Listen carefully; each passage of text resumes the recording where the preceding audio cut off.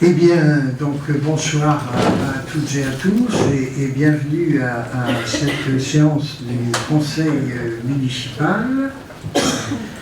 Tout d'abord, je tiens à excuser notre collègue Yanis Lebrun qui donne pouvoir à Vincent Poissel et notre collègue Michel Le Sauter-Lebel qui est absent aussi et qui donne pouvoir à Odile Auger.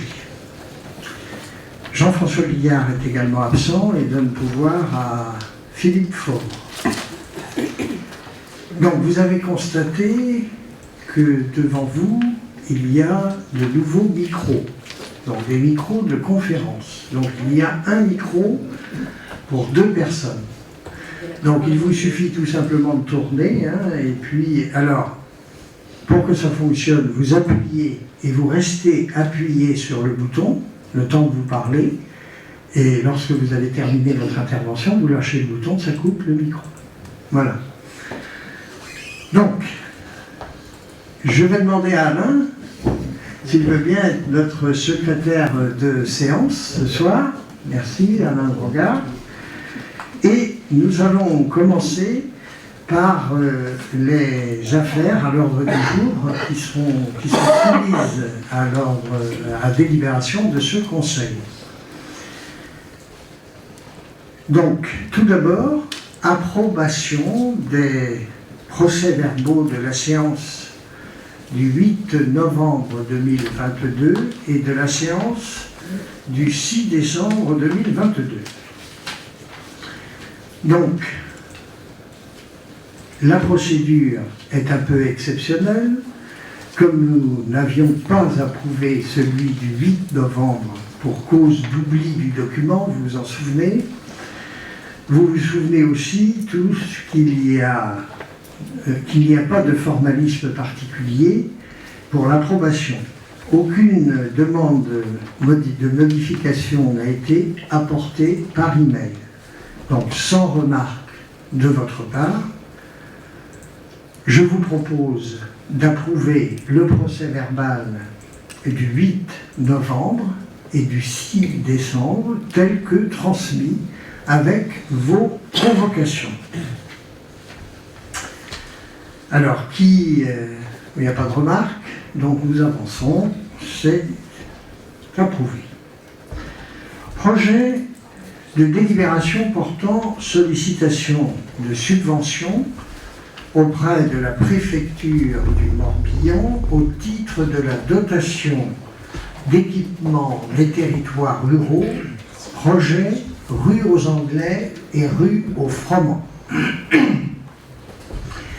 Le projet de requalification de la rue aux Froment et de la rue aux Anglais avait déjà été très rapidement abordé le 8 novembre dernier.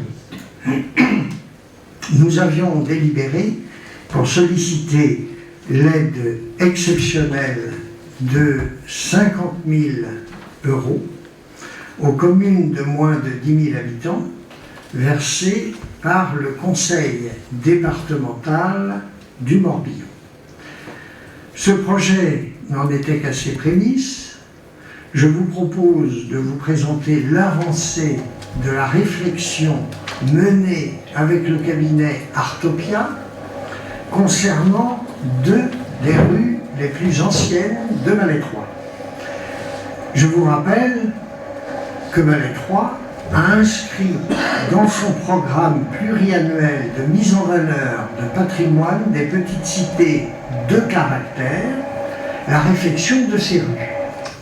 Donc je regarde Sylvie et Viviane qui sont nos représentantes aux petites cités de caractère. Donc c'était prévu au plan pluriannuel, donc on va vous présenter. Je vais demander à notre directeur général des services de vous faire la présentation et de commenter. Alors, est-ce que tout le monde m'entend? Oui, ça fonctionne. Très bien.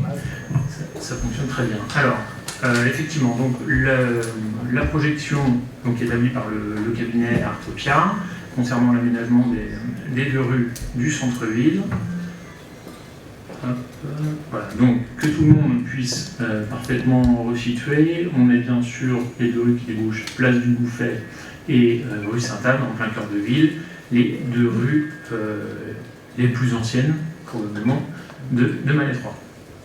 Alors, sur le plan global, je vous ai présenté donc sur la droite, ça recèle un petit peu, je suis désolé, et avec un premier niveau d'éléments donc, qui concerne les matériaux qui seraient utilisés. Donc on retrouverait...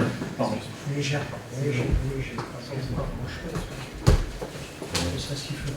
On est bon. Là, ça fonctionne. Voilà. Donc, concernant les matériaux, essentiellement du pavé et du béton désactivé relativement grossier. Deux types de pavés, plutôt du pavé en grès pour tout ce qui va concerner les parties essentiellement caniveau, et sur les petites placettes, là où on a des espaces un petit peu plus larges sur les deux rues, plutôt du pavé granit avec joint gazon pour faciliter l'infiltration des eaux et contribuer à rafraîchir un petit peu l'ambiance de ce. Voilà. Ça va pas dans l'ordre.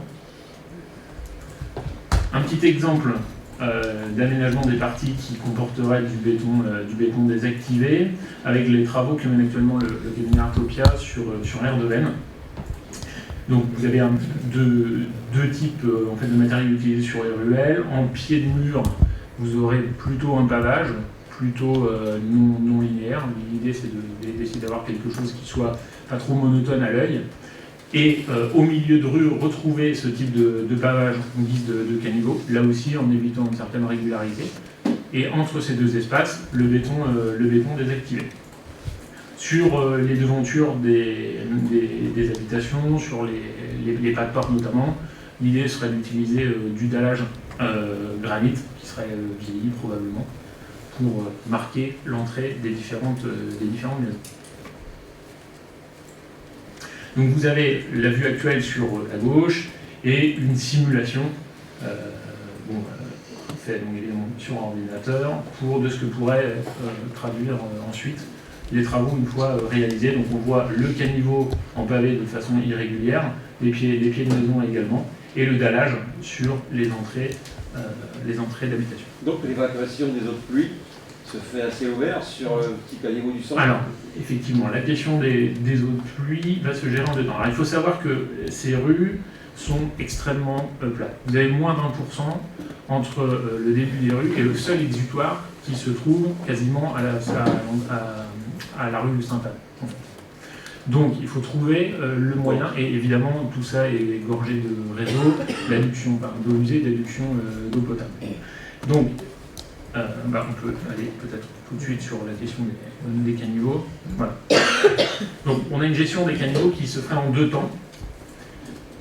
Un écoulement au fil de l'eau, donc à ciel ouvert, sur une première partie de la rue, et dans la deuxième partie de la rue, un caniveau recouvert, en fait, un caniveau en fente, donc qui permettrait une évacuation du volume d'eau et tout en permettant de jouer sur l'effacement. Je prends un plan, ce sera beaucoup plus simple à expliquer sur le plan large. Voilà. Donc sur les deux branches du Y, un fil d'eau à ciel ouvert, et sur le reste de la rue, le caniveau en fente donc, qui est enterré. Ne serait visible finalement uniquement que la fente, c'est des éléments préfabriqués qui sont posés tout le long de la rue et qui sont recouverts de pavés. Donc n'apparaîtrait finalement que la fente, tout en permettant d'engranger un volume d'eau conséquent, puisqu'on récupérait les eaux à ciel ouvert des deux branches du Y avant de se diriger dans l'exutoire. Ce qui permet aussi de jouer du coup sur l'effet de pente, puisque sur la première partie, forcément à ciel ouvert, on a besoin de très peu de pente, et ensuite vous profitez du reste pour faciliter l'évacuation. Donc voilà, pour la question des eaux pluviales, si je reste sur le plan, ce sera plus simple. Sur les deux dilatations, comme le disait l'architecte, seront positionnés des arbres.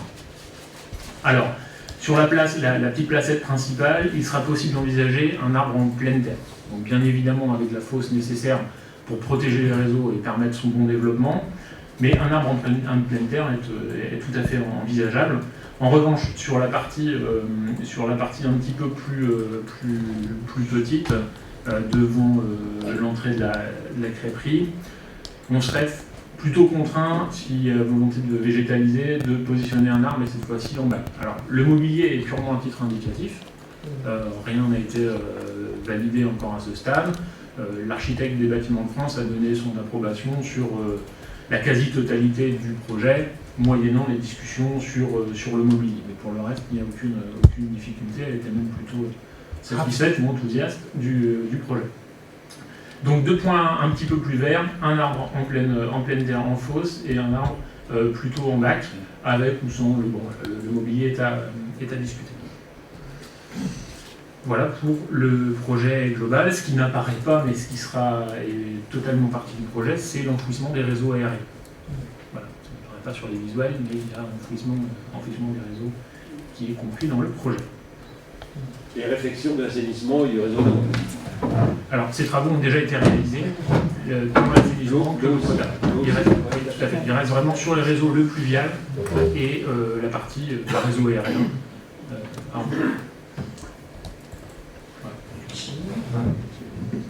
Merci. Donc, à ce stade de la réflexion, nous envisageons des travaux en 2 temps. Une première partie des travaux consacrés à l'enfouissement, ce que vous disiez tout à l'heure, des réseaux et serait réalisée, cette première partie serait réalisée en mai ou juin de cette année-là, hein. Donc avant l'été, puisque l'été, évidemment, nous n'acceptons pas de travaux dans le centre-ville, c'est la période touristique. Et la seconde partie d'aménagement de la chaussée et du réseau d'eau pluviale serait réalisé en septembre, octobre, après les vacances scolaires. Le budget total du projet est d'un peu moins de 250 000 € hors taxes. Et nous sollicitons aujourd'hui une aide de 62 916 € au titre de la DETR, soit 26% du total. Il faut savoir que l'État n'intervient pas sur la partie eau pluviale du projet. Donc, c'est juste sur l'autre partie des travaux. Avez-vous des questions? Est-ce que ça vous paraît... C'est juste le linéaire total. Alors, c'est une colle. Le linéaire... Non, mais pour avoir une idée... On l'a dans le dossier purement technique, hein, mais je ne sais plus... dans les 200, oui, 200 et quelques mètres. On pourra vous donner, à la commission des travaux prochainement, on pourra vous donner la longueur totale du linéaire. Alors, la question est la suivante. M'autorisez-vous à solliciter une demande de subvention de DETR auprès de la préfecture du Morbihan, intervenant à hauteur de 62 916,45 €, d'une part, et m'autorisez-vous à signer tout acte ou tout document permettant la mise en œuvre de cette délibération. Alors, qui est... Attendez, Oui, allez-y. on a 50 000 du département. Alors, on a 50 000 du département. 62 du... Voilà, et nous avons aussi droit à la PST. Voilà, on va y arriver tout à l'heure. La PST, c'est dans la délib suivante pour ce dossier-là. Donc, on vous donnera tout à l'heure, après la PST, l'autofinancement, c'est la reste à charge pour la ville de la Détroit. Donc, je reprends. M'autorisez-vous à solliciter une demande de subvention DETR auprès de la préfecture du Morbihan intervenant à hauteur de 62 916,45 €? D'une part, m'autorisez-vous à signer tout acte ou document permettant la mise en œuvre de cette délibération? Qui est pour? Bien écoutez, à l'unanimité. Donc maintenant, nous sommes toujours dans ce dossier de la rue aux Anglais et de la rue aux Froment, projet de délibération portant sollicitation de subvention auprès du Conseil départemental du Morbihan au titre du PST. Projet rue aux Anglais, rue aux Froment. Pour ce même projet, je vous propose de solliciter l'aide du Conseil départemental du Morbihan. Alors, l'aide c'est de... Je cherche le nom. 48 000 euros. Nous aurions par cette aide-là. Donc 48 000 euros plus les 62 000 euros, plus les 50 000 euros, et le reste est à charge. Oui, et aussi, nous avons 34 000 euros de subvention du Conseil régional de Bretagne sur la ligne Bien vivre en Bretagne. Donc vous voyez, 34 000 plus 42 000 plus 62 000, j'arrondis, hein, plus 50 000, et le reste à charge sur les 250 000 euros de total hors taxe de ce projet, qui est important dans le cadre de notre accord avec les petites cités de caractère de Bretagne. Et notamment, aussi, ça va dans le sens de notre SPR, de notre site patrimonial remarquable. Voilà. Alors, je vais vous poser la question suivante. M'autorisez-vous à solliciter une demande de subvention au titre du PST auprès du Conseil départemental du Morbihan, intervenant à hauteur de 20% du coût total du projet, et m'autorisez-vous à signer tout acte ou tout document permettant la mise en œuvre de cette délibération? Alors, qui est pour? Eh bien, écoutez, merci, à l'unanimité.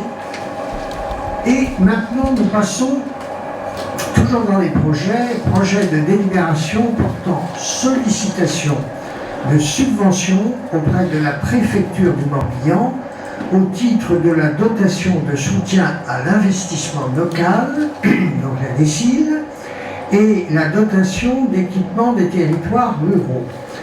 Donc, projet hôtel de ville.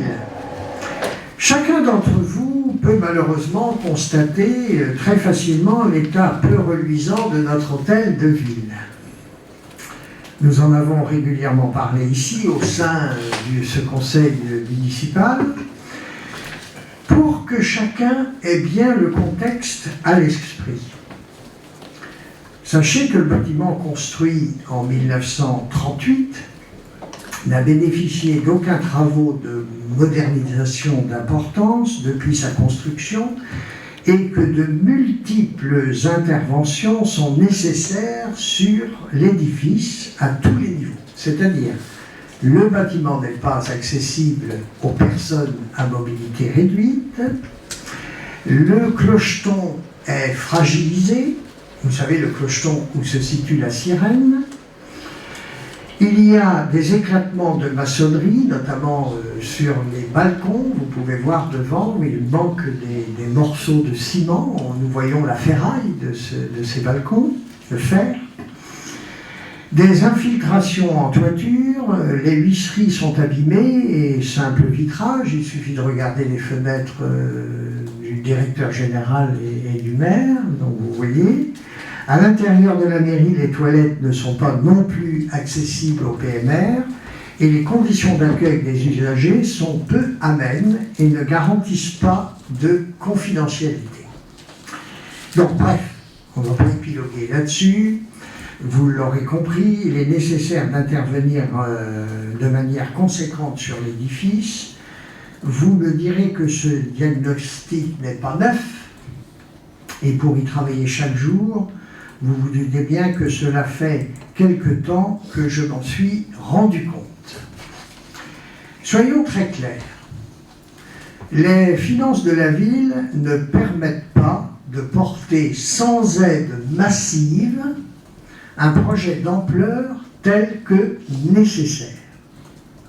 Cette situation financière reste encore fragile pour envisager des travaux par les voies classiques de financement qui serait le recours à de maigres subventions couplées à un emprunt.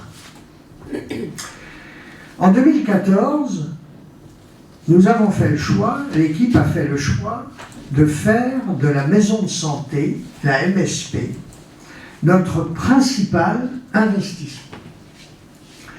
Nous pensions et pensons toujours que cela était prioritaire pour la ville, pour les Malestroyennes et les Malestroyens. La MSP accueille aujourd'hui 17 professionnels de santé. Et je crois qu'il s'agit, je ne sais pas si ça fonctionne, qu'il s'agit du service le plus important que nous pouvions rendre à la population.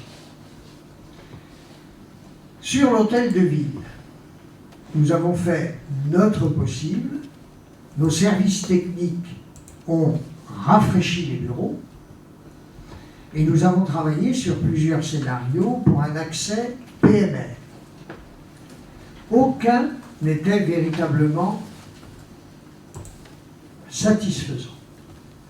Soit le coût était disproportionné, soit les travaux envisagés ne respectaient pas notre patrimoine. Et d'ailleurs, avec notre architecte des bâtiments de France, cela ne convenait pas ce qui était proposé à l'époque pour l'accès aux personnes à mobilité réduite.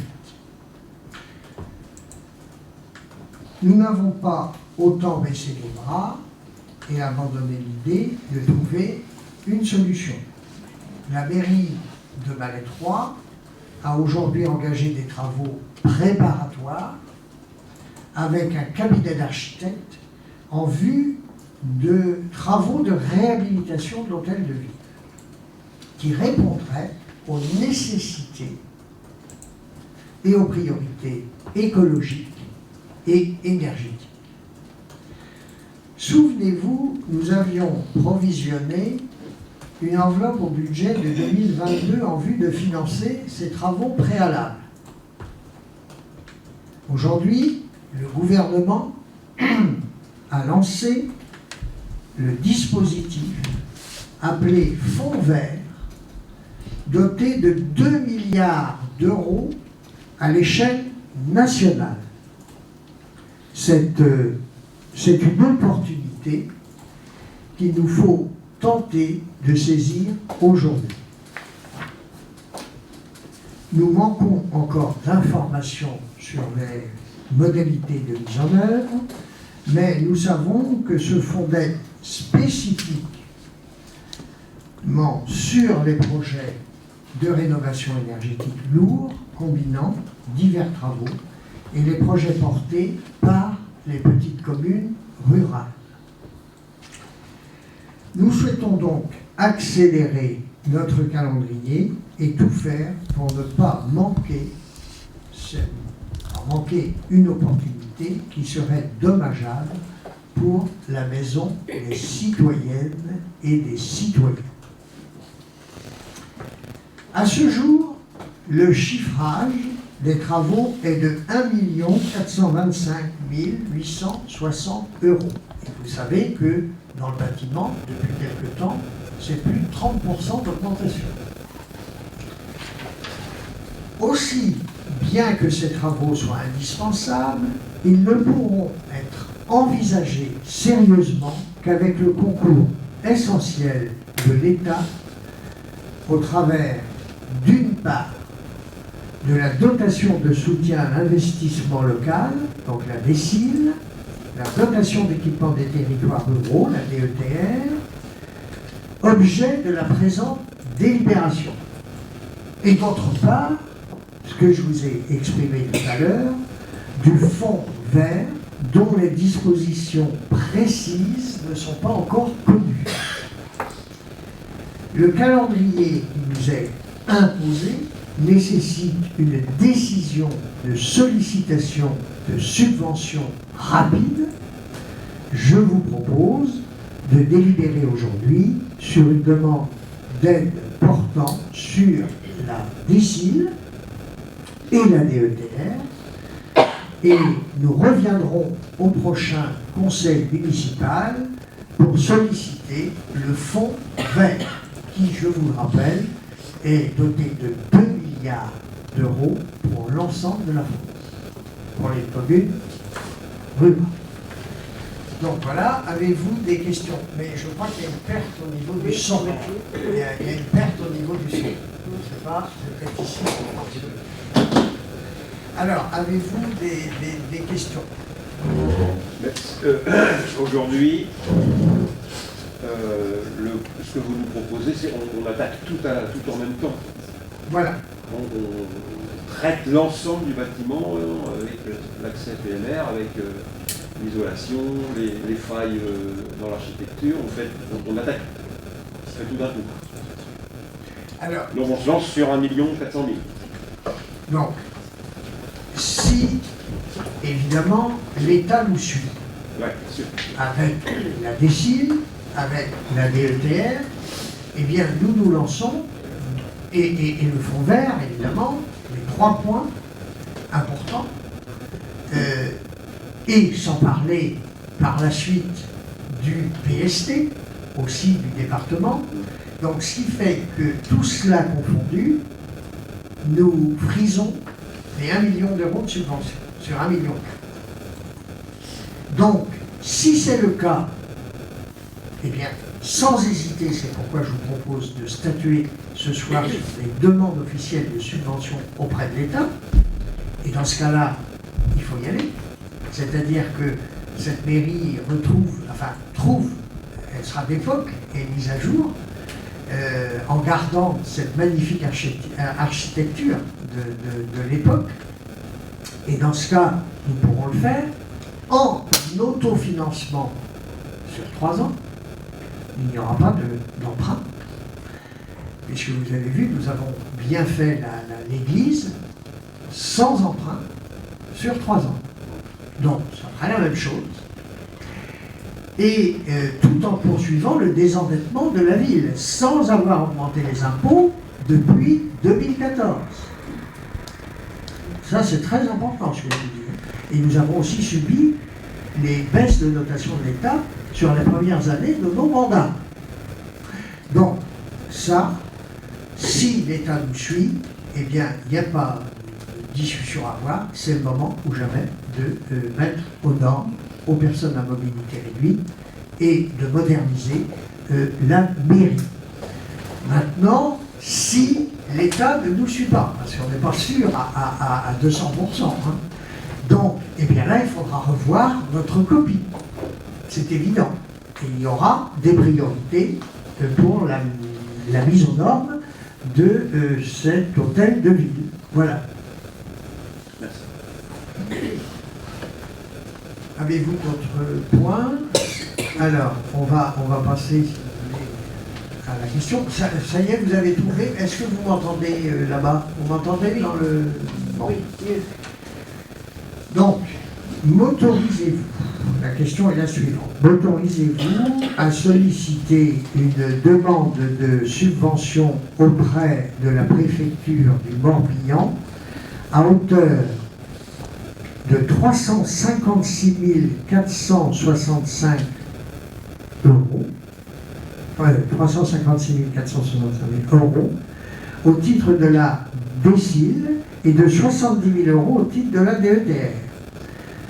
Alors, m'autorisez-vous donc les deux, hein, la DSIL et DETR, et sachant que nous reviendrons avec le dossier fonds vert, qui serait autant que la DSIL, c'est-à-dire dans les 350 000 euros.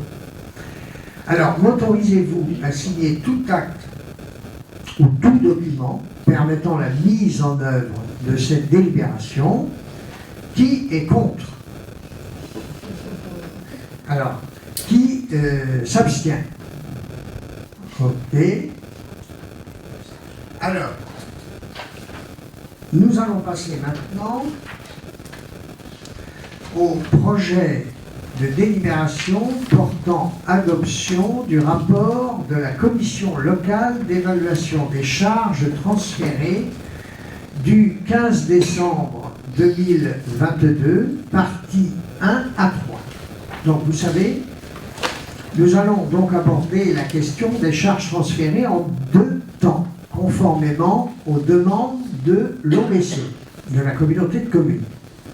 Je rappelle, pour toutes et tous, que la CLEC, l'instance communautaire qui travaille à l'évaluation financière, dont fait partie Christian et moi-même, nous faisons partie tous les deux de cette commission. Donc, cette commission travaille à l'évaluation financière du coût d'exercice d'une compétence par l'intercommunalité ou par une commune dans le cas d'un transfert de l'une vers l'autre. Le rapport de cette commission est soumis au vote des conseils municipaux. Les décisions financières arrêtées viennent alors diminuer ou augmenter l'attribution de compensation que verse l'intercommunalité aux communes concernées. La CLEC s'est réunie le 15 décembre dernier et les conseils municipaux doivent se prononcer sur les points suivants. Tout d'abord, la modalité de calcul du tableau de répartition permettant de valider le rapport de la CLEC. Ça, c'est le premier point. Deuxièmement, le détransfert des chemins de randonnée. Le détransfert, en troisième point, des biens communautaires liés à l'exercice de la compétence de gestion de la cantine située sur la commune de la Gacilly. Vous avez eu connaissance de l'intégralité du rapport avec votre convocation. Avez-vous des questions sur ce point? Donc vous avez eu tout cela dans le rapport. Avez-vous des questions? Bon, eh bien écoutez, je vais vous poser maintenant les questions suivantes. Validez-vous les 3 premiers points du rapport de la CLEC du 15 décembre 2022, soumis à la commune le 22 décembre 2022. Deuxièmement, actez-vous les montants de détransfert concernant les chemins de randonnée et de détransfert des biens communautaires liés à l'exercice de la compétence de gestion de la cantine située sur la commune de la Gacilly. Et troisième point, m'autorisez-vous à signer tout acte ou tout document permettant la mise en œuvre de cette délibération? Alors, qui est contre? Qui s'abstient? Écoutez, merci. Deuxième volet de la CLEC. Projet de délibération portant adoption du rapport de la Commission locale d'évaluation des charges transférées du 15 décembre 2022, partie 4. Nous poursuivons sur le rapport de la CLEC avec la question du financement des piscines. Le formalisme est différent sur ce point, puisqu'il s'agit d'une révision dite entre guillemets libre.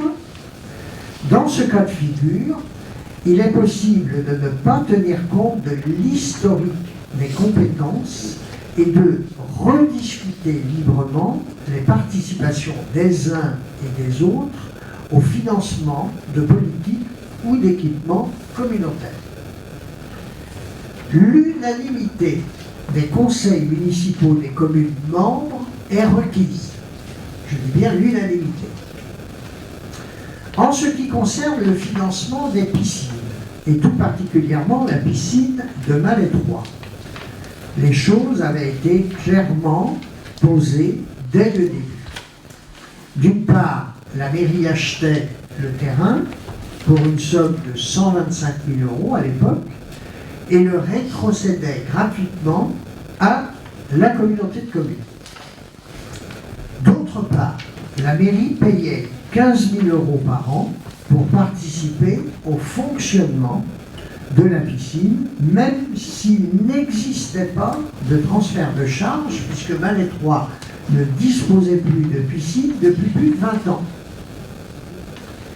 Donc, l'OBC a souhaité revoir le financement général des piscines afin que les communes de l'intercommunalité participent directement à hauteur d'une enveloppe de 300 000 € par an.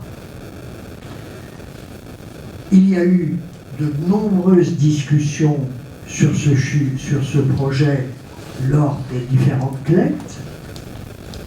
Le scénario qui est ressorti des réunions de la CLET consiste, pour Malais 3, à presque doubler son financement à horizon 2026, avec une mise en œuvre progressive.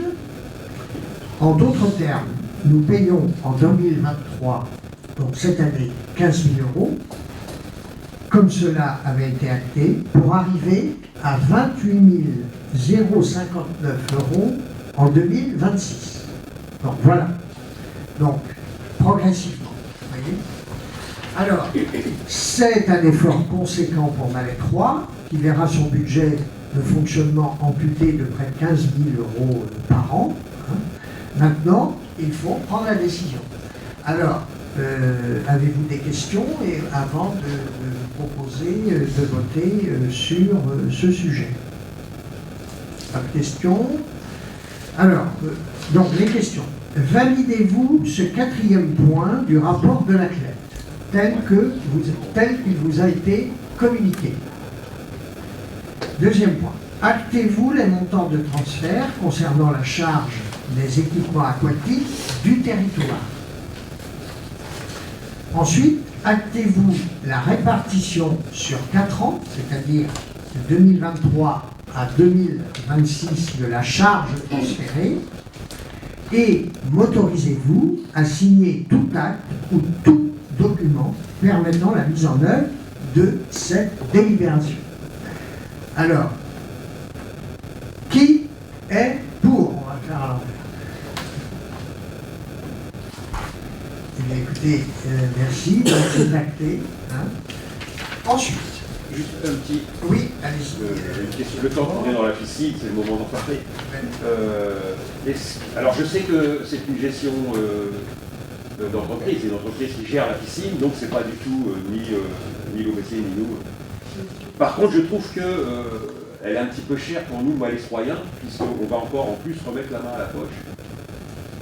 Est-ce qu'il n'y a pas une possibilité que les Malais-Troyens, et ainsi que les gens de Serran pour la leur, aient un tarif un petit peu réduit? Parce que Serran a un tarif, alors mais nous on n'a pas de tarif. Et c'est vrai que lorsqu'on regarde les piscines un petit peu alentour, on est un petit peu cher. Alors, donc, comme vous dites, M. Faure, c'est une DSP. Oui, je sais bien, oui, oui. La piscine, le bâtiment appartient à la communauté de communes et elle a décidé à un moment de la remettre en délégation de service public. Donc, moi, je peux remonter, si vous voulez, cette demande auprès de la communauté de communes qui verra avec son délégataire. Mais ça, ce n'est pas assuré. Surtout qu'aujourd'hui, comme vous voyez, là, il est prévu, et notamment Carole, qui est dans la commission finance de la communauté de communes, c'est-à-dire que le déficit global des 4 piscines de la communauté de communes est de 600 000 € par an. Et il est prévu, dans le budget communautaire, un déficit de 700 000 € cette année. Donc c'est pourquoi je vous dis, je peux remonter, mais c'est loin d'être rassuré en ce qui concerne les tarifs.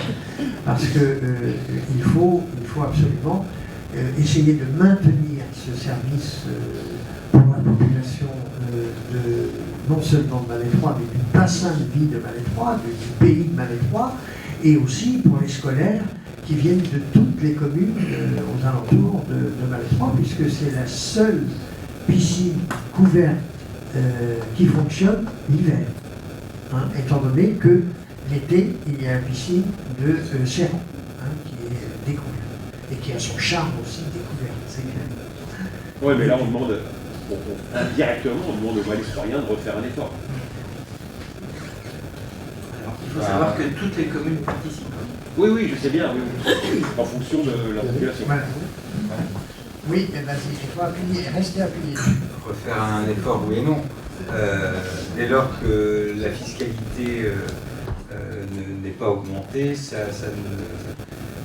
ne constitue pas un effort. Mais c'est un manque. Puisqu'on ne pourra pas faire, il y a des choses qu'on ne fera pas, avec ces sous qu'on donne en plus. Oui, également. Bon, c'est un effort dilué.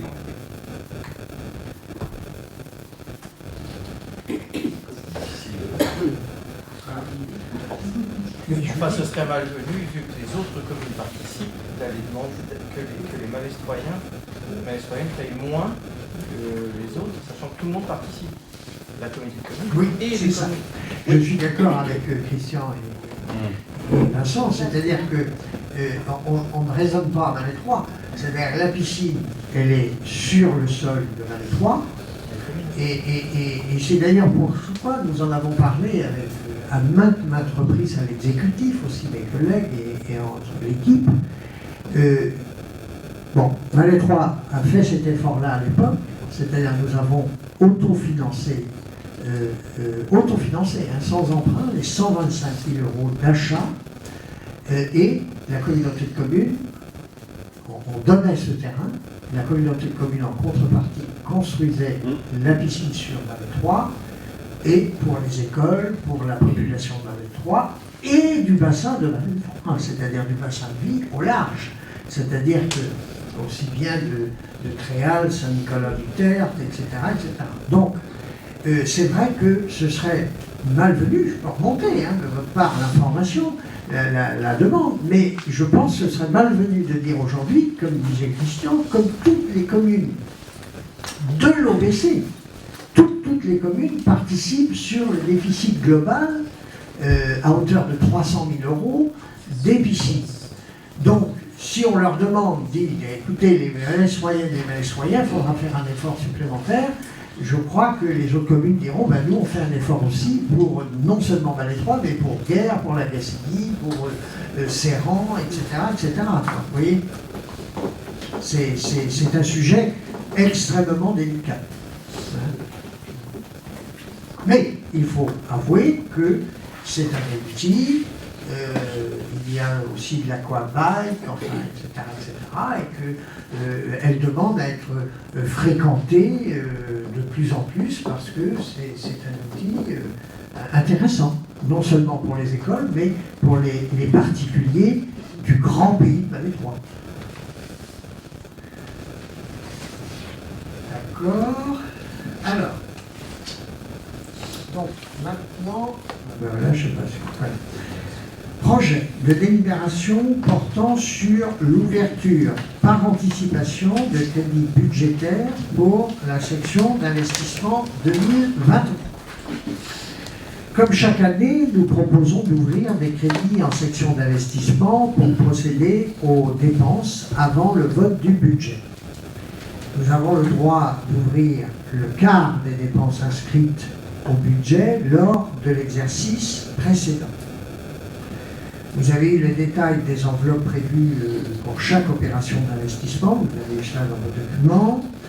Cela nous permettra de payer en temps et en heure nos fournisseurs sur les projets déjà engagés. Donc, vous avez vu, je ne vais pas tout vous relire le tableau, vous l'avez dans les documents sous les yeux. Donc vous avez les grandes opérations, opération d'investissement, opération d'équipement, acquisition de matériel, opération d'équipement, aménagement de l'église, opération d'équipement, aménagement urbain, opération d'équipement, réhabilitation, extension d'hôtel de ville, opération d'équipement, terrain multisport et aire de jeu, et opération d'équipement, aménagement de la fameuse rue aux Anglais et rue aux Francs. Alors, avez-vous des questions? Donc, vous voyez, c'est un pourcentage qui est proposé sur chaque ligne. Si vous n'avez pas de questions, eh bien, écoutez... Juste, oui, allez-y. On voulait savoir, Pour l'église, ça correspond à quoi? Parce que la somme est importante. C'est un reste à payer, non? Eh bien, c'était les c'est crédits sur les verts pour D'accord, 2022 ok. sur les travaux. C'est ce qu'on Voilà. s'est invité. Voilà. L'équipement, c'est le tracteur, je suppose, les 32 000 Alors, c'est le euros. fameux tracteur que nous avons, vous vous rappelez, voté au mois de décembre Ouais. et qui est aujourd'hui arrivé et qui fonctionne bien. Hein, D'accord. ça y est. Les services en sont satisfaits. Hein. Et l'hôtel de ville, ça doit être. C'est l'étude, non? Alors, l'hôtel de ville, il y a l'étude dedans. D'accord. Ok. Merci. Voilà. Approuvez-vous l'ouverture par anticipation de crédits budgétaires pour la section d'investissement 2023 telle qu'indiquée dans le tableau qui vous a été proposé et que vous avez entre les mains? Qui est pour?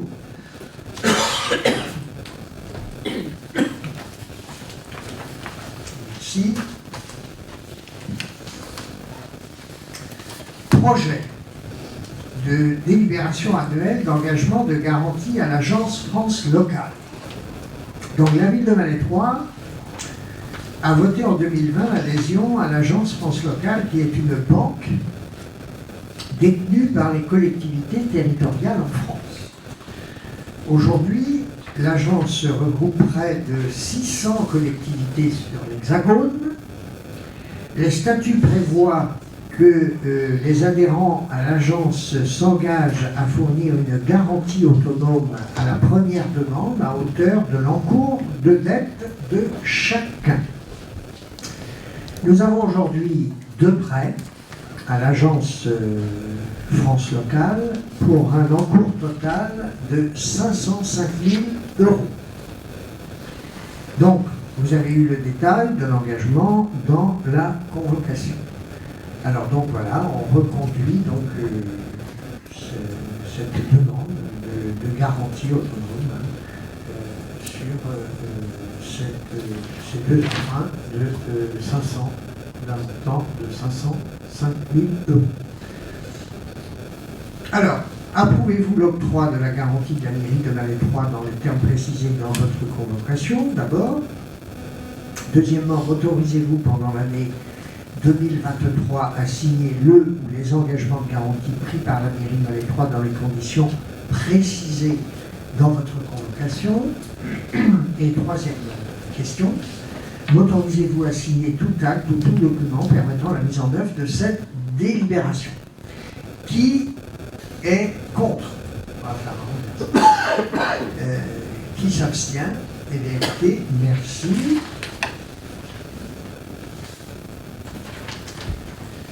Projet maintenant de délibération portant engagement de participation au financement de travaux dans le cadre d'une autorisation d'urbanisme. Au cours des travaux de réfection de la rue de la Libération, la RD 776, qui remonte maintenant à au moins une dizaine d'années, la propriété constituée des parcelles cadastrées AN 0099 et AN 0100 s'est vue supprimer son accès à la route départementale. Celle-ci, constituée historiquement d'un portail et d'un bateau, était secondaire dans l'accès à cette propriété. À l'époque, la mairie a donc sollicité l'accord du propriétaire pour une suppression de cet accès pour des considérations esthétiques en échange d'un engagement oral de recréer l'accès si le propriétaire en faisait la demande. Aujourd'hui, un projet de construction est prévu sur la parcelle AN 0100 et un accès est indispensable au projet. Le propriétaire et l'acquéreur ont proposé que la charge des travaux soit partagée en 3 tiers entre chacun d'entre eux et la mairie, compte tenu de l'historique de la gestion de l'accès à la parcelle. La mairie désireuse d'encourager l'installation de nouveaux résidents et des jeunes ménages avec enfants à Malétroit, a plus forte raison dans une opération de densification et compte tenu de la bonne volonté des parties, a proposé de soumettre cette proposition ce soir au conseil municipal. Alors, avez-vous des questions? Avant de passer. Alors, vous appuyez et vous restez appuyé. Voilà. C'est possible d'avoir la surface de la parcelle AN0100?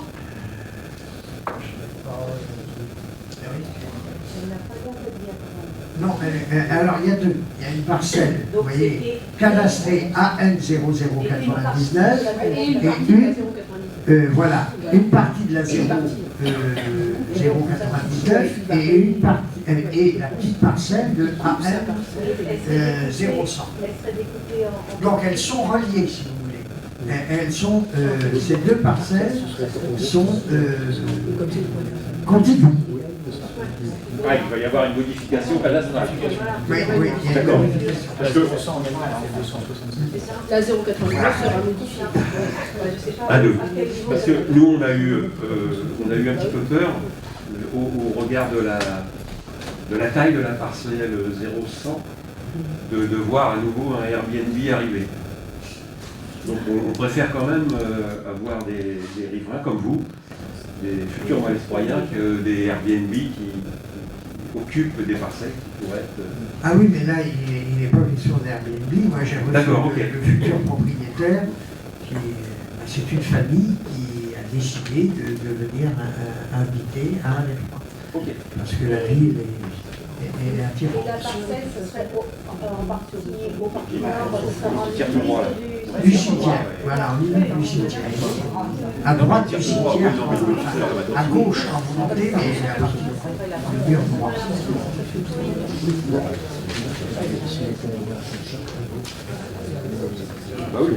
Voilà. Alors, donc si vous voulez, je vais vous donner maintenant le montant. Le montant pour la ville de Malétroit ne peut excéder à 2400 €. C'est-à-dire que les trois parties ont un montant maximum de 2400 €. Donc, c'est le montant total pour refaire le bateau, pour refaire le trottoir, pour refaire tous les travaux. Alors, donc, la question... Non.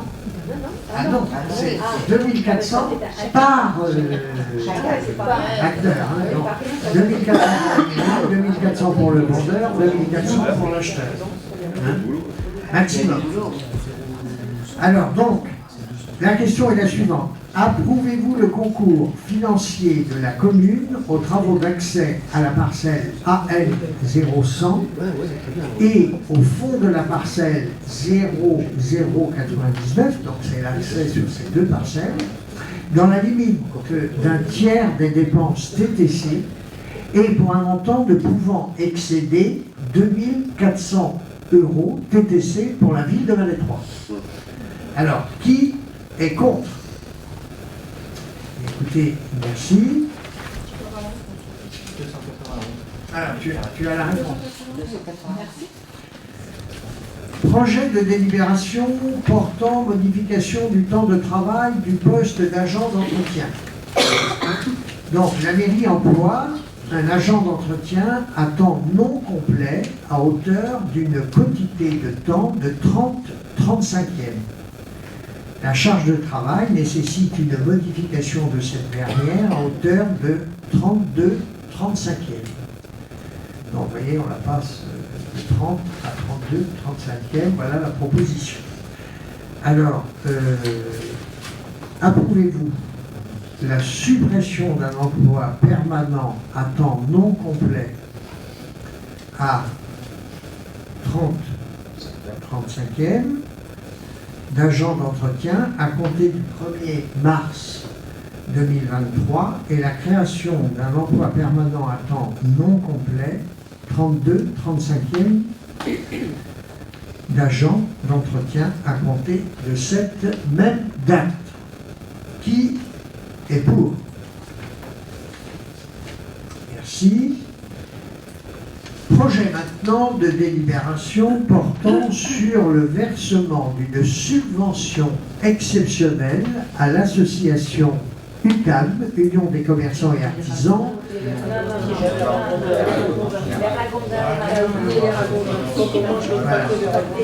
Bon, alors là, je me suis dit, je vais vérifier s'ils suivent toujours bien. S'ils suivent toujours bien, on va pouvoir rajouter une demi-heure de conseil. Bon, alors je vois que vous suivez bien, on n'est plus à une demi-heure près. C'est bien.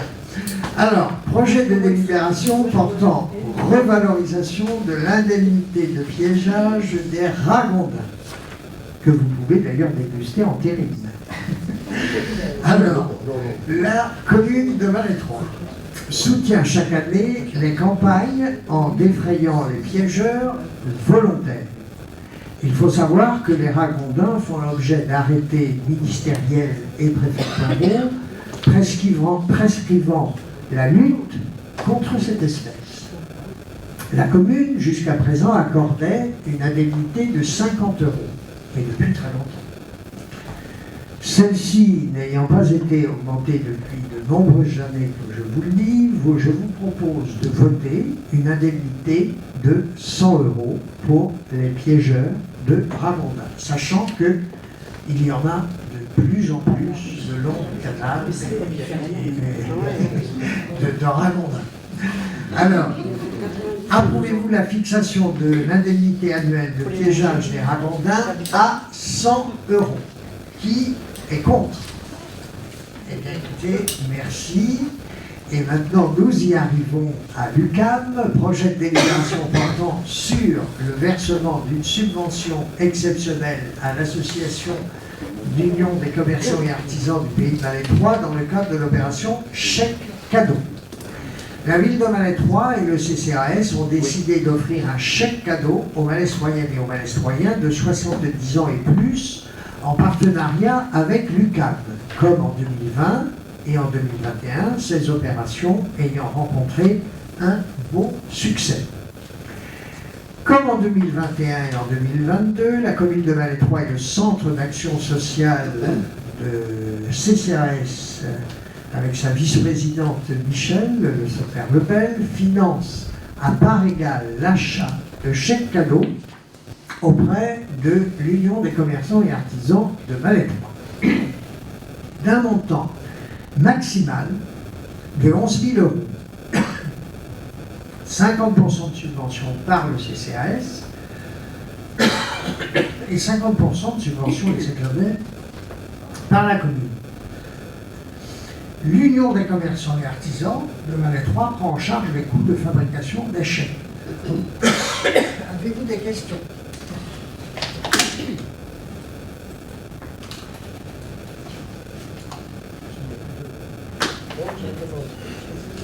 Alors, avez-vous des questions? Approuvez-vous l'octroi d'une subvention exceptionnelle à l'UCAM dans le cadre de l'opération Chèque Cadeau?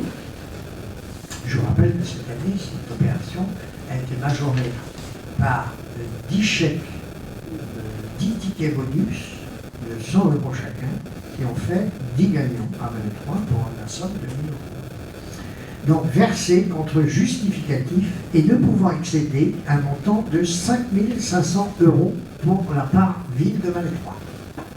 Qui est pour? Merci. Et dans les informations et questions diverses, et ensuite je passerai la parole à l'opposition pour cette question.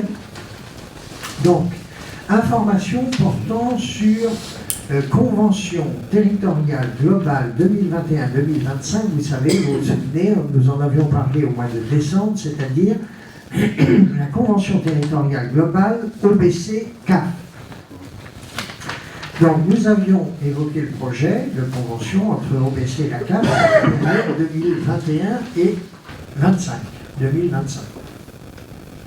Une réunion avec la CAF a été organisée à la mairie de Valais-Trois pour comprendre l'enjeu de cette convention. Un travail autour de la ludothèque est en cours, réunissant l'association qui gère donc la ludothèque, le passe-temps et la CAF. afin d'inscrire les activités présentes sur Malais 3 dans le dispositif. Le travail technique se poursuit avec la CAF et les partenaires.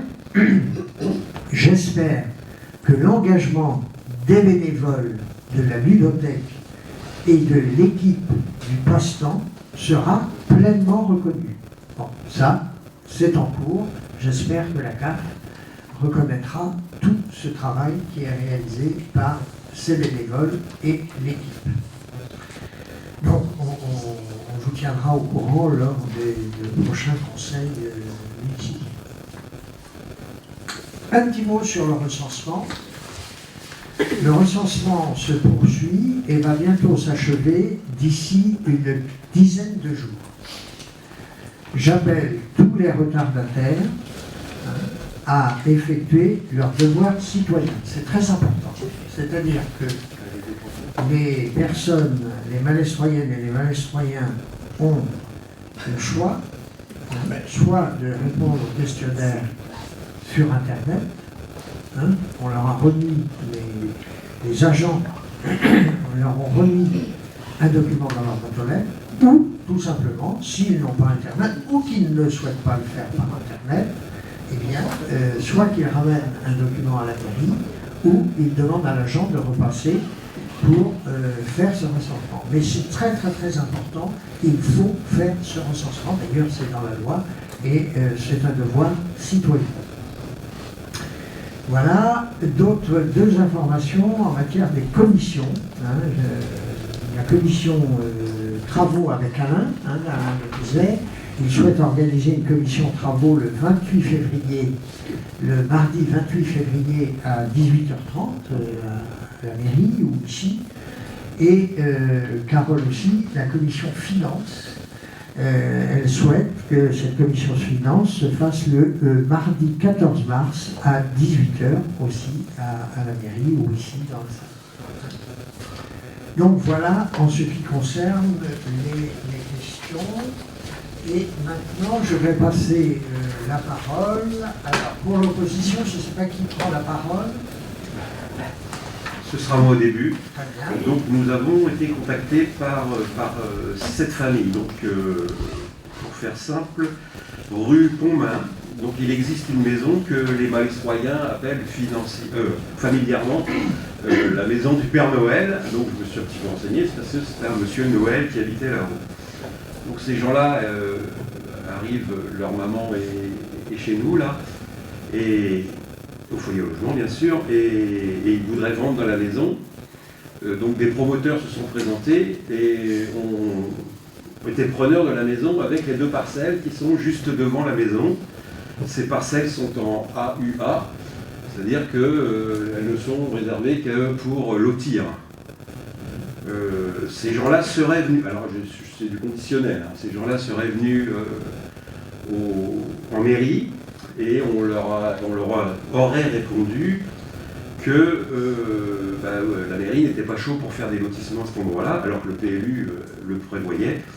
Donc ce qu'on voulait nous ce soir, c'est avoir la position de la mairie. Bon.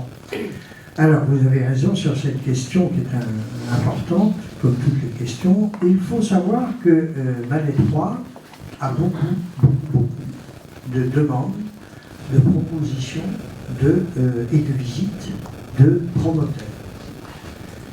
C'est tout à fait normal parce que depuis 2014, l'équipe mène une politique dynamique pour renforcer l'attractivité de la ville. Et on commence à récolter les fruits.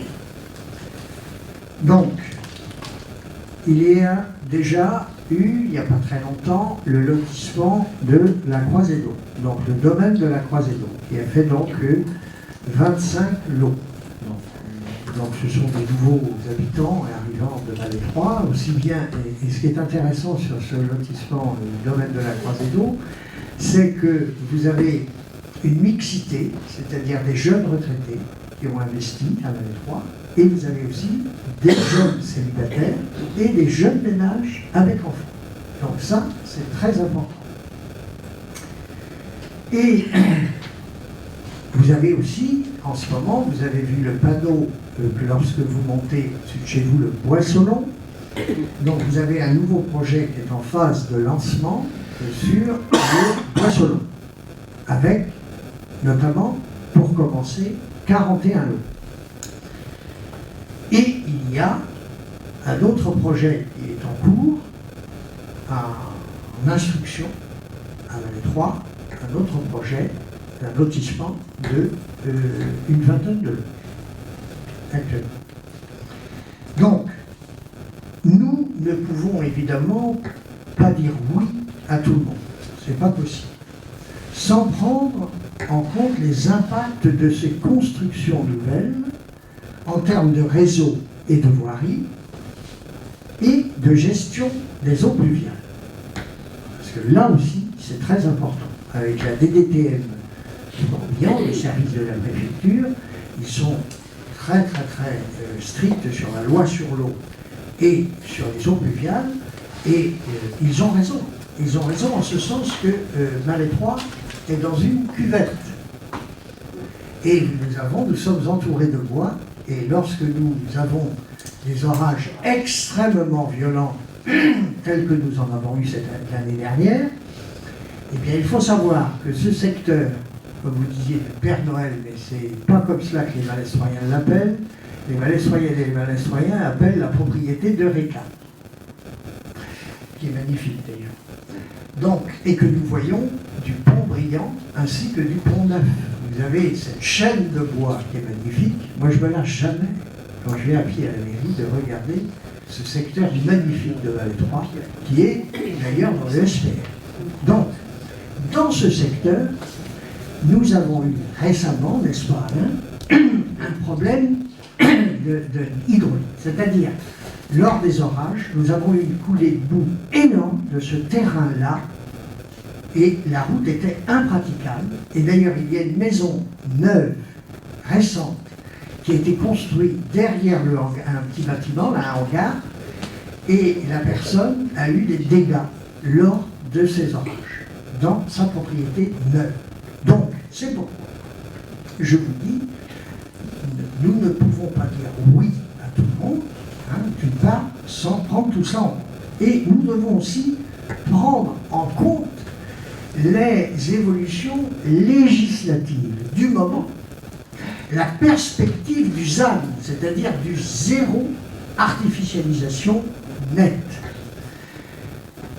Cette zéro artificialisation nette doit nous conduire à la plus grande prudence dans la gestion de notre foncier. Parce que tout ce qui va être consommé là, nous ne pourrons plus le consommer dans les années à venir. Donc c'est très important de bien réfléchir sur les points à urbaniser. Je reçois évidemment tout le monde dans les villes. Les promoteurs qui demandent à rencontrer, je les vois, et nous discutons ouvertement et en toute franchise. C'est clair. Toutes les idées sont les bienvenues, mais nous ne pouvons pas tout accepter dans l'intérêt général et dans l'intérêt des Malestroyennes et des Malestroyens, parce que il faut faire attention, comme je vous dis, Vallée 3 est une zone inondable naturelle avec l'Oust, mais aussi avec les orages, avec le réchauffement climatique, il y a de plus en plus d'orages violents. Donc, on ne peut pas savoir ce que ça peut donner dans les années à venir. Donc, il faut être au maximum très prudent. Et d'ailleurs, à ce propos, nous avons lancé l'appel pour notre étude à venir sur le PLU. Donc, c'est parti. Nous avons en cours actuellement un deuxième appel parce que nous avons lancé un premier lancement, appel d'offres, qui s'est révélé, personne n'a répondu, parce que les cabinets sont actuellement surchargés. Bon, nous avons lancé un deuxième, j'espère que là, nous aurons des bons cabinets pour nous répondre, et que nous pourrons confier un bon professionnel, un bon cabinet professionnel, ce travail très important du PLU à venir. Du PLU qui viendra, avec le SCOT, rejoindre le STRADET et évidemment qui prendra en compte les ZAN, c'est-à-dire la zéro artificialisation nette. C'est pourquoi, vous voyez, je vous réponds en toute simplicité, je ne peux pas dire au nom de mes collègues oui à tout, parce que il faut bien étudier les choses. Mais déjà, je trouve que si nous arrivons, si les propriétaires et les acheteurs promoteurs arrivent à créer 41 lots sur le Poisson-Long, en respectant la loi sur l'eau et tout ce qui est réglementaire, parce que ça j'y tiens absolument, eh bien, nous aurons déjà gagné une belle étape. Si nous arrivons aussi dans cette deuxième opération d'une vingtaine de maisons, là aussi, ce sera quand même, ça fera 60 et quelques nouveaux foyers à Malétroit, ce n'est pas négligeable. Je ne sais pas ce que vous en pensez. Alors, d'accord. Deuxième question. Alors, administrativement, je ne sais pas comment, on va parler donc du lotissement de la résidence du canal, donc le mur qui est dans l'eau. Je ne sais pas à qui il appartient. Par contre, les résidents sont très inquiets, donc moi je suis allé sur ce mur, attendu que l'eau descende un petit peu, et on voit bien ce qui s'y passe. Donc on voit bien qu'il y a des pierres qui se descellent. On voit bien qu'il y a un commencement de fissure, et on voit bien également aussi, il y a quand même, alors des arbres, c'est peut-être un bien grand mot, mais il y a quand même des plantations, enfin des plantations, non pas des plantations, il y a quand même de la végétation qui pousse, qui commence à pousser un peu toutes ces pierres. Donc c'est vrai que, alors des gens m'ont dit qu'il y avait des fissures qui apparaissaient dans certains appartements. Ça, je ne les ai pas vus. Je suis juste allé sur ce mur-là, donc je ne sais pas qui il est. Est-ce que ça appartient à la copropriété? Est-ce que ce sont les gens qui sont... Est-ce que c'est la commune? Je pense qu'il y a dû y avoir déjà un premier mur de fait, puis un plateau, puis un second. Il y a dû y avoir une étude de fait pour renforcer tout cet édifice qui a été construit après. Mais là, aujourd'hui, ce mur-là, il n'est pas en forme. Donc les gens sont inquiets. Alors, donc là, il y a deux points. C'est-à-dire qu'il y a, dans votre demande, si j'ai bien compris, il y a le mur qui est devant. Parce que la résidence a quand même un recul. Oui. Elle a eu des fondations sérieuses sur pilotis, je me souviens, à l'époque. Bon, la structure elle-même, elle ne risque rien. C'est le mur qui risque de s'effriter. Mais rassurez-vous, je sais ce que c'est. J'ai des murs moi-même dans le canal et il arrive d'avoir des arbres aussi qui poussent à l'intérieur et évidemment avec le courant, les murs, le ciment est rongé, ça c'est sûr. Bon, ça, il reste comme vous le disiez, je vais me renseigner, on va voir qui est propriétaire de ce mur, si c'est la région Bretagne, hein, ou qui est vraiment le propriétaire, donc on va voir tout ça. Et en ce qui concerne la structure en elle-même, bon, pour moi la structure en elle-même, il faut voir, les propriétaires doivent voir avec le syndic. Bien sûr. Parce que c'est une affaire privée et ça, nous ne pouvons pas, nous, intervenir dans les affaires privées. Donc, les affaires privées, si elles fissurent, malheureusement après la sécheresse, hein, en ce moment, beaucoup de maisons fissurent. Beaucoup d'immeubles aussi fissurent. Hein, le terrain, le sol a travaillé avec la sécheresse. Bon. Maintenant, reste à surveiller, mais là, il faut que ce soit le copropriétaire, enfin le syndic de propriété qui fasse son travail. Ça a été ma réponse. Mais par contre, en ce qui concerne le mur, moi je vais voir avec nos services et avec la région Bretagne, la fluviale ici, pour voir qui est propriétaire et on verra qui peut intervenir. Alors peut-être que nous avons des accords avec la région, ce sera peut-être la ville qui enlèvera les arbres, enfin, ou la région, on travaille. Nous avons une très bonne entente avec la région Bretagne, la fluviale. Vous voyez, le chemin du halage, nous avons une superposition de gestion avec eux. C'est nous les services techniques de la ville, qui ont, il n'y a pas très longtemps, qui ont nettoyé d'ailleurs le chemin du halage. Et la ville, la région a coupé les arbres, hein, je crois, là, il n'y a pas très longtemps. Hein. Les services de la région ont émondé les arbres. Donc vous voyez, nous travaillons en complémentarité avec la région Bretagne. D'accord? On avait une autre question, comme ce qui avait pu être convenu en réunion, en commission de travaux, d'avoir la liste, la liste des bâtiments, ou le plan des bâtiments et des propriétés de la commune, terrain et bâtiments, et on ne l'a pas reçu, donc on aurait juste aimé savoir si ça était possible de la recevoir Tout à par fait. mail. Alors, c'est pas volontaire de notre part, c'est que moi j'avais compris qu'on la remettait on la remettait à la prochaine commission de travaux. Alors donc on vous la remettra le 28 février.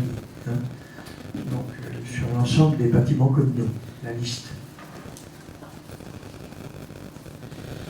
D'accord.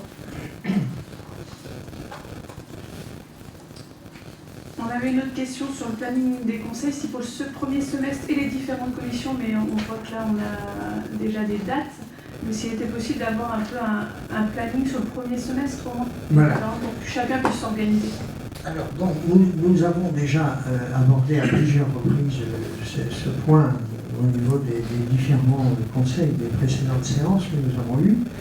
Et nous essayons de nous tenir à la règle, je dis bien, de nous tenir à la règle deuxième mardi de chaque mois. Bon.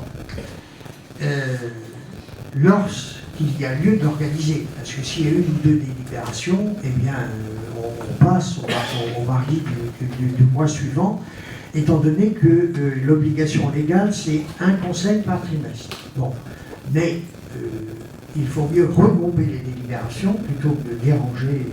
Quand il n'y a pas d'urgence, on peut faire un tous les 2 mois si nécessaire. Et puis, nous nous adaptons en fonction de l'avancement aussi des projets. Parce qu'il y a, comme vous l'avez vu, des délais légaux, comme par exemple ce soir, nous avons des délais très très courts et très serrés pour déposer au niveau de la préfecture des dossiers. Donc on s'adapte de tout ça. Mais en règle générale, ce qu'il faut retenir, c'est un conseil le deuxième mardi de chaque mois. Donc, et lorsqu'il est reporté, eh bien, le secrétariat vous envoie en avance en disant voilà, il est décalé ou il est reporté à tel moment. Et c'est toujours le mardi. À la limite, le conseil, ça on a bien compris, mais pour les différentes commissions. Alors, les différentes commissions. Donc, en règle générale, vous faites une commission par semestre, dans le premier semestre et dans le deuxième semestre. Donc là, eh bien, vous verrez, lorsque vous serez en réunion de commission, eh bien, vous pourrez aborder la prochaine réunion du semestre. À moins d'avoir l'urgence, évidemment, voilà, en règle générale. Donc voilà, je crois que vous avez dit... Et on avait une dernière question. Lors d'une réunion à l'OBC a été évoquée la création de logements sociaux sur Malais 3. On voulait juste savoir qu'en est-il. Voilà. Donc, vous savez que c'est mon domaine de compétence à la communauté de communes, donc c'est l'habitat. Donc, Malais 3 dispose aujourd'hui de plus de 60 logements sociaux, donc la ville. C'est un nombre déjà non négligeable, hein, et je n'ai pas abordé la question forcément d'en créer de nouveaux, mais je vais vous dire comment j'ai abordé les choses à la communauté de communes. Il était plutôt question d'échanger sur des logements adaptés aux personnes âgées, parce qu'on a énormément de demandes, mais autonomes. À l'image de ce que nous avons déjà juste derrière la résidence autonomie senior, c'est-à-dire les logements de BSH, Bretagne Sud Habitat, qui maintenant n'existe plus puisque c'est maintenant Morbihan Habitat, une entité qui a fusionné. Ce n'était que des pistes de discussion.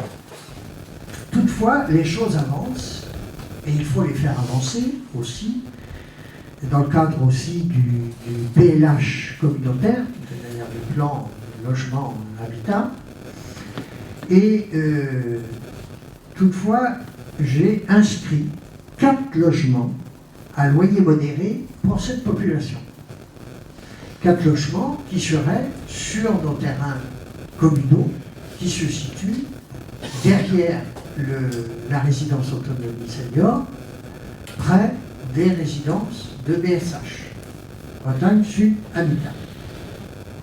Comme nous l'avons évoqué aussi précédemment, il y a de nouveaux projets d'habitat privé sur Malétroit, je vous ai dit tout à l'heure, dont certains comprendront quelques logements sociaux qui s'inscriront dans le PLH de la communauté de communes. Donc vous voyez, ce sont des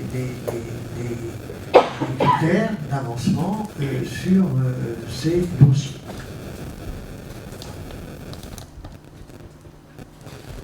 Voilà. Avez-vous d'autres... Non. Eh bien, écoutez, je vais vous souhaiter, en ce qui concerne, une très bonne soirée à toutes et à tous. Et puis, nous vous dirons la date du prochain conseil municipal. Je pense que le conseil municipal de mars sera certainement, exceptionnellement, comme on a l'habitude de le faire, fin mars, parce que pour une question, pour voter le budget. Hein, donc, vraisemblablement. Mais nous vous dirons bien avant, en temps et en heure, quand sera le conseil municipal. Eh bien, écoutez, je vous souhaite une bonne soirée et à très bientôt. Bonsoir.